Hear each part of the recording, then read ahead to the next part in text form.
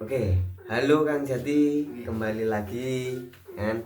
Ini video lanjutannya yang video kemarin kan. Ini bakalan asik. Video sebelumnya ini kan membahas tentang kehidupan-kehidupan. Nah, kalau video kali ini kita akan membahas hukum energi dan tentang kespiritualan. Juga ada tentang bahas di bagian numerologi juga. Nah, kalau ngomongin pertanyaannya pertama atau bahasanya pertama, ini ada di hukum energi dan masalah. Pertanyaannya seperti ini, mengapa masalah selalu mengikuti pola tertentu dalam hidupmu? Nah, ini sama kayak video sebelumnya juga. Nah, tapi ini mengenai hukum energi dan masalah. Apakah setiap energi itu ada hubungannya dengan masalah atau bahkan sebaliknya? Atau bahkan masalah itu bahkan menguras energi kita. Nah, itu. Nah, yang perlu kita pahami adalah tentang apa itu energi, Mas. Ya, Jadi energi itu kan sumber daya yang ada pada diri manusianya. betul. Entah itu secara fisik maupun secara spiritual, kan seperti itu. Ya, Sementara energi itu akhirnya akan memancar. Nah, pancaran itu namanya kan vibrasi. betul. Nah, vibrasi itu ada getaran. Getaran itu akan memungkinkan terhubung dengan hal-hal lain di luar diri kita. Maka bisa jadi vibrasi itu akhirnya akan bertemu dengan banyak hal di luar diri kita. Dan energi kita akan berbenturan dengan energi orang lain, banyak orang atau banyak hal di dalam kehidupan kita yang notabene itu di luar diri kita. Ya, setuju. Maka hubungannya permasalahan dengan energi adalah biasanya apa yang kita pancarkan itu adalah apa yang kita tarik. Apa yang kita pancarkan itu adalah apa yang akan datang pada kita. Hukum tarik menarik. Hukum tarik menarik. Oke. Tetapi itu juga tidak mutlak, Mas. Jadi contohnya seperti ini. Saat kita itu berada dalam potensi kecemasan tentang hari esok, terutama tentang finansial taruhlah. Ya, Maka itu merujuk pada potensi energi kekurangan. betul. Sehingga pada akhirnya sebetulnya kita itu tidak bermasalah dengan uang. Ya. Karena rezeki kita itu juga pada kenyataannya selalu datang. Tetapi energi kekurangan itu akan membawa kita pada potensi terus-menerus merasa kurang dan arahnya mengarah pada keserakahan. Ya. Nah, Ini pola mindset ya berarti? Pola mindset. Oke. Akhirnya dari energi tersebut merujuk pada hasil. Karena kita menarik sesuatu yang sama. Ya. Jadi bukan berarti akhirnya kita itu menjadi orang kekurangan secara finansial, tidak. Tapi berapapun nilai yang kita tarik itu Merasa akan kurang. selalu merasa kurang. Seperti itu. Jadi itu hubungan antara masalah dengan energi. Ya. Maka pastikan kita itu selalu berupaya untuk menjaga vibrasi dari energi kita untuk mengarah pada hal-hal yang positif, kan seperti itu. Berapapun materinya. Berapapun materi. Oke. Nah, ini menarik. Nah, kalau pertanyaan selanjutnya ini agak asik di sini bahasanya nanti, karena pertanyaannya seperti ini. Bagaimana masalah sebenarnya adalah guru terbaik yang disiapkan oleh semesta, ya kan? Berarti apa nih makna dari setiap kesulitan itu? Bukankah kesulitan itu adalah teman sejati kita?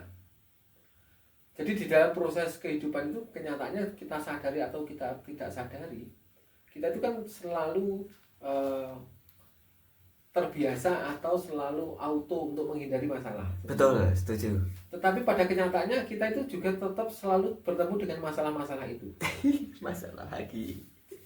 Sesuatu yang sangat kita antipati, sangat kita hindari, ternyata pada dasarnya juga melekat dalam diri kita. Iya. Maka sebetulnya permasalahan itu sendiri sebetulnya bukan atas dasar kehendak atau keinginan siapapun. Dan masalah itu sebetulnya adalah ciptaan dari diri kita sendiri, kan seperti itu. Maka kembali lagi pada apa yang sering saya katakan, masalah itu bentukan dari persepsi dan asumsi dari akal pikir kita, Mas. Dari pikiran kita. Maka pastikan Anda memahami masalah itu. Kalau Anda itu sudah punya pengalaman hidup dan mau belajar dari apa yang terjadi terhadap masalah-masalah itu di dalam kehidupan Anda, ya hari ini dirubah mindsetnya. Jadikan masalah itu sebagai sahabat saja, Mas. Ya, jadi sahabat, best Dengan, friend ya. nah, dengan menjadikan masalah itu sebagai sahabat, kita akan familiar dan kita akan akrab dengan masalah itu. Yang pada akhirnya kita akan bisa berdamai dengan masalah itu. Karena pada dasarnya, ya kalau orang pengen tidak punya masalah ya mati, Mas. Ya. Mati saja. Karena pada dasarnya kita hidup itu memang untuk menghadapi masalah-masalah dan untuk memecahkan masalah-masalah, kan seperti itu. Nah, sampai banyak orang Jawa itu memegang konsep kinek ra dipikir mumet, nek dipikir saya mumet. Itu juga kalau falsafah orang Jawa saya juga punya, Mas. Jadi saat orang itu sudah berada pada usia yang cukup matang, dia akan bisa berbicara sapiro gedening coba. Ya. Yen tinapa sapiro gedene sengsara, yen tinapa amung dadi coba. Oke. Seperti ilustrasi orang yang berada dalam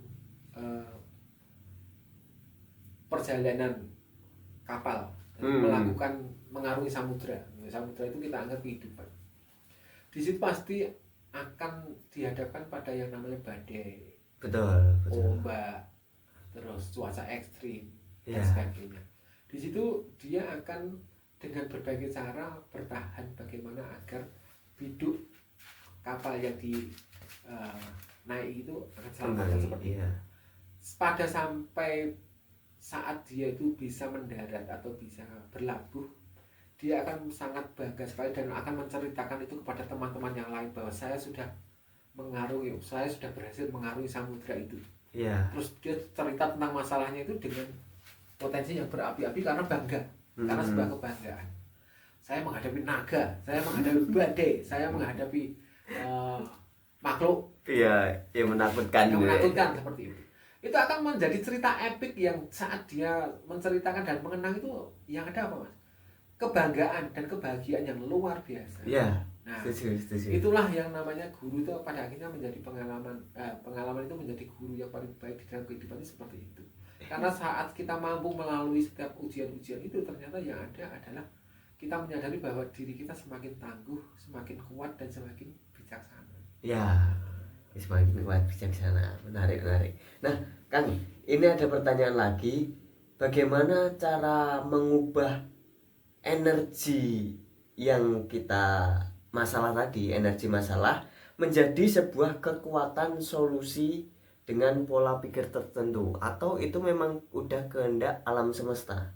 Nah, apakah dari diri kita bisa merubah energi tersebut menjadi energi yang positif untuk menemukan solusi? Nah, orang-orang ini banyak yang bingung caranya.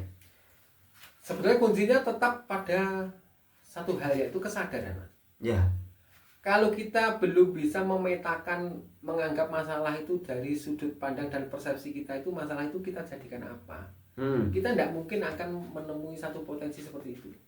Ya. Tetapi kalau kita sudah mampu memetakan, atau kasarannya mau ngomong, saya sudah terbiasa dan akrab dengan yang namanya masalah, maka tanpa harus diperintah atau tanpa harus memakai teknik apapun, energi itu akan berubah dengan sendirinya. Oh. Sebetulnya, Mas, dalam pemahaman saya, orang banyak mengatakan tentang energi, tentang apa itu yang namanya afirmasi, vibrasi, dan lain sebagainya. Tapi kalau saya mengatakan itu sebuah kelagaian atau kebiasaan. Jadi kita harus berada dalam satu potensi kesadaran yang bisa memberi sudut pandang sesuatu dengan berbeda. Ya. Orang banyak menganggap masalah itu sebagai sebuah hal yang menakutkan. Betul. Tapi kalau kita taruhlah menganggap masalah, mau kemarin nenek masalah ya selesai. Baru saja kemarin masalah selesai. Dan jangan takut besok-besok pasti ada masalah lagi. Akhirnya kita kan secara otomatis legowo berubah menjadi positif. Jadi ini bukan masalah tentang energi dan sebagainya. Tidak usah terlalu muluk-muluk, Mas. Jadi bahasa itu dilugaskan saja. Ya. Itu masalah sudut pandang saja. Kalau kita sudah mampu memahami dengan kesadaran yang baik, memahami bahwa memang masalah itu melekat dalam diri manusia. Selama manusia hidup kan berarti dia selalu punya masalah. Entah itu masalah yang dibuat sendiri atau disebabkan dari cara dia merespon atas sesuatu yang datang dari luar diri dia. Betul. Maka kalau saat kita sudah menyadari bahwa kita itu memang akrab dengan masalah, ya sudah, masalah itu ya dibiarkan saja. Nanti besok datang lagi tak hadapi lagi, santai santai baik kan Oh, istilahnya. wingi bar kok mosok iki ra bar ya. Iya, bisa. Apalagi kalau orang-orang sudah merujuk pada usia-usia dewasa seperti usia 40 tahun dan sebagainya. Kok selama 40 tahun diberi kesempatan untuk belajar tentang permasalahan kok masih menganggap masalah itu selalu hadir di dalam kehidupannya, ya berarti dia malas belajar, Mas. Iya. Maka kenapa fase seorang nabi sendiri juga berada titik puncaknya berada di usia 40 tahun. Itu tentang sebuah hijrah. Hijrah itu tentang sebuah peralihan. Peralihan tentang apa? Tentang mindset, tentang pola pikir dan sebagainya. Seharusnya kalau prinsip saya, Mas, saya sekarang sudah umur 40 tahun. Di usia 0 sampai 40 tahun kemarin dengan berbagai banyaknya masalah-masalah seperti itu, kenyataannya saya masih hadir, saya masih hidup sampai sekarang. Betul. Apakah kita akan tetap mengulangi pola 40 tahun yang sudah terjadi itu akan tetap kita bawa ke 40 tahun berikutnya kalau kita diberi kehidupan 40 tahun lagi misalnya? Betul. Kan ya itu kan bodoh. Kalau tahu itu sesuatu yang tidak baik, terus masih tetap kita pikul terus, kan ya sama saja bodoh. Iya. Maka pemahaman tentang kesadaran itu sangat perlu. Bagaimana kita meningkatkan kesadaran diri dari banyaknya masalah-masalah yang ada di dalam kehidupan kita, itu seharusnya bisa menjadi pembelajaran dalam arti kata pembelajaran berulang. Bahwa kenyataannya apapun itu wujudnya, intinya masalah ya tetap masalah saja, judulnya tetap masalah. Iya. Dan masalah variasinya masalah itu seperti kita makan itu loh. Tidak mungkin nanti kita makan itu dengan makanan yang sama, terus kan tidak mungkin. Betul. Kalau sudah seperti itu ya berarti kalau kita sudah hidup dengan banyaknya tekanan sampai usia 40, ini saya sudah usia 40, berarti kedepannya saya itu tidak tahu umur saya masih berapa tahun lagi. Tapi yang jelas saya harus merubah pola pikir, merubah sudut pandang saya terhadap problematika kehidupan, terhadap masalah itu. Ya. Dengan seperti itu orang kan berada dalam satu pemahaman yang bagus, kedewasaan yang bagus, dan kesadaran yang meningkat. Akhirnya dalam bahasa orang Jawa dikatakan orang-orang sing wis menep. Kalau ilmu padi dia sudah merunduk kan seperti itu. Betul. Tidak mungkin ada padi itu semakin tua kok cindeter kan seperti itu. Tidak ada, Mas. Maka kalau orang muda itu dia bangkit dengan semangat dan tenaga. Tapi kalau orang tua dia bangkit dengan kesadaran dan energi kan seperti itu. Energinya dia ya. Oke, menarik. Nah, ini pertanyaan yang terakhir kan. Pertanyaan terakhir, apakah bisa kan, menemukan jalan keluarnya masalah dengan bantuan angka numerologi dan kesadaran kita? Seperti yang sering saya bilang bahwa numerologi itu adalah indikator-indikator saja. Jadi itu memungkinkan akan ditemukannya rambu-rambu atau indikator yang pada akhirnya akan menuntun si pemilik angka itu untuk bisa mengurai masalahnya sendiri. Ya. Kalau ditanya apakah bisa jadi bisa. Selama manusianya itu terbuka dan berkesadaran untuk menerima indikator-indikator yang terbaca dari angka-angka mereka. Betul. Di dalam proses atau di dalam apa yang saya alami pada waktu saya menghadapi klien-klien dalam konsultasi, Mas, memang selalu saya pancing atau selalu saya trigger dengan angka. Bisa jadi saya membaca dengan metrik atas data lahirnya, tetapi bisa jadi saya juga memancing dia untuk menyebutkan angka random. Maka sebetulnya angka-angka itu kan lahir dari potensi alam bawah sadar dia, dari potensi energi yang ada pada dia. Akhirnya itu juga akan bisa membaca. Tetapi dengan satu potensi bahwa dia juga membuka diri untuk menerima atas indikator-indikator itu. Oke. Karena biasanya apakah ada yang tertutup, Kang? Ada. Seperti hipnotis juga ada banyak orang-orang yang tertutup melawan untuk tidak bisa terhipnotiskan seperti itu. Sama orang itu adalah yang paling sulit. Itu dalam peribahasa adalah gajah di pelupuk mata tak tampak, tetapi semut di seberang lautan tampak. Orang itu punya potensi untuk antipati menyadari kesalahan mereka sendiri. Betul. Nah, itu saat manusia itu masih berada atau masih tertutup dengan egonya, dia akan sulit menerima hal-hal negatif yang ada pada diri dia.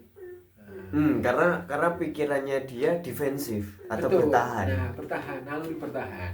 Tetapi memungkinkan saat itu ada kaitannya dengan ego, Ya, maka seharusnya kalau orang itu sudah datang untuk berkonsultasi, seharusnya dia itu menyerahkan segala sesuatunya pada ahlinya, kan seperti betul, itu. betul, betul. Tanpa itu semua maka orang mencari kesembuhan, orang mencari solusi itu akan sulit. Oke. Karena pada dasarnya setiap orang yang datang konsultasi, entah itu penyembuhan penyakit, entah itu mencari solusi kehidupan dan sebagainya, dia itu sebenarnya sudah membawa solusi yang ada pada dirinya sendiri. Oke. Sementara praktisi-praktisi seperti contohnya Kang Jati itu hanya menjadi perantara dari kuasa Tuhan, kan seperti itu. Betul, betul. Maka kenapa dia tidak tersembuhkan? Ada orang bilang katanya tidak judul. Ya kalau semua divonis seperti itu gampang saja. Saat kita itu berpura-pura menjadi penyembuh, ya kita bilang saja tidak judul kan seperti itu. Iya, Tapi selesai. sebetulnya potensi kesembuhan dan tidaknya itu ada pada Pikirannya personalnya sendiri. Iya. Ya. Karena dia sudah membawa kesembuhan itu sendiri dari dalam dirinya. Kuncinya adalah pada apakah orang tersebut bisa membuka diri, bisa open mind terhadap apapun yang terbaca atas apa yang ada pada diri mereka. Betul, betul. Seperti itu. Oke, menerima itu menarik sih. Karena quotes-nya hari ini adalah lebih baik menjadi super tim daripada Superman. Nah, KPKP diayai ya, pengen jadi dokter, pengen jadi apapun. Nah, itu Ya. harus bisa legowo bahwa oh batasan kita hanya segini ya kan. Tapi orang lain punya, ya udah itu berarti ahlinya di sana. Ya. Itu bisa menjadi super timnya kita nantinya. Nah, mungkin kita tutup Kang videonya kali ini. Cukup kali ini menarik banget ya kan. Mungkin nanti teman-teman kalau seneng sama videonya ini bisa di like, di komen, bahkan di subscribe jangan lupa. Dan nanti kalaupun punya pertanyaan atau pengen konsultasi bisa langsung ditulis di kolom komentar apapun pertanyaannya tentang spiritual, kehidupan dan numerologi. Dan kalau ingin konsultasi silahkan ditulis kontak kita di deskripsi. Nah, terima kasih Kang, matur suwun. Sama-sama.